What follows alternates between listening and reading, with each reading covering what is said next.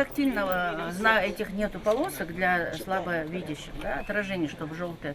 По старым СНИПам разрешалась полоска, а сейчас более шире площадку требуют указать, чтобы слабовидящие люди могли свободно пройти. Свою проверку независимая комиссия начинает с Троицкой 4-й школы, построенной в 2015 году. Она должна была бы отвечать всем современным стандартам, включая и доступность для детей-инвалидов. Однако этих условий здесь, как оказалось, нет.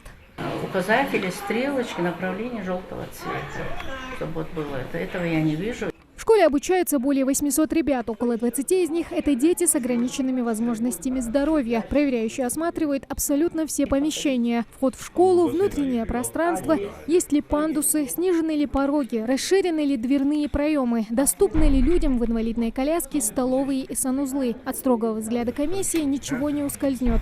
Эти люди прекрасно понимают, каково это преодолевать препятствия, поэтому объективность гарантирована. В этой школе тоже многие моменты не учтены. Это при входе, когда нету обозначений, нету сигнальных каких-то знаков для слабовидящих, слабослышащих. И единственное, что здесь доступно, это хороший бассейн, пандус, заезд в школу.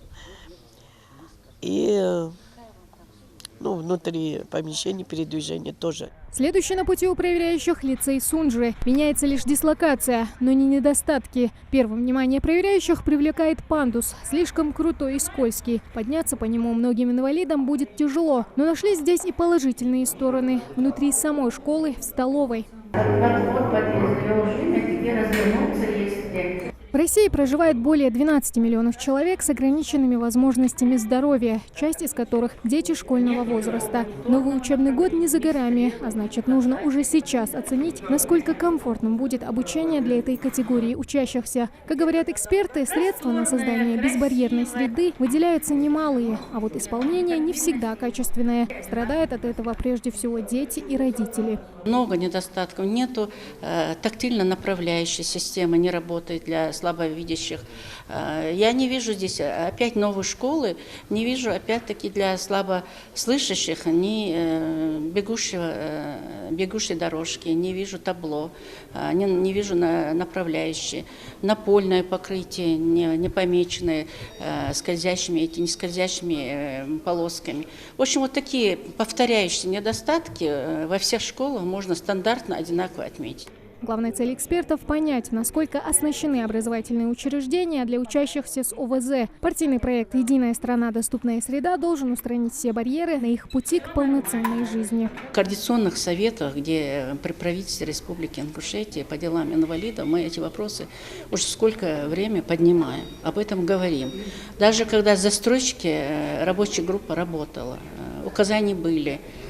Я же говорю, опять-таки, вот мы напоминаем, и мы становимся нехорошими людьми, но тем не менее это нужно говорить открыто, чтобы эти вопросы решали. Не каждый, если не рублем, а по-другому лояльный подход не решает вопрос. Придется штрафные санкции применять. Это уже спущено сверху, указания есть, будут эти вопросы применять директорам, наверное, штрафные. Такого рода проверки независимая комиссия вместе с единороссами устраивает регулярно, в надежде, что ситуация изменится в лучшую сторону. Директорам школ будут даны письменные рекомендации с указанием всех выявленных недочетов. Их нужно устранить, а если это не произойдет, последуют штрафные санкции. Тамара Хашагульгова, Адам Далаков, Новости 24.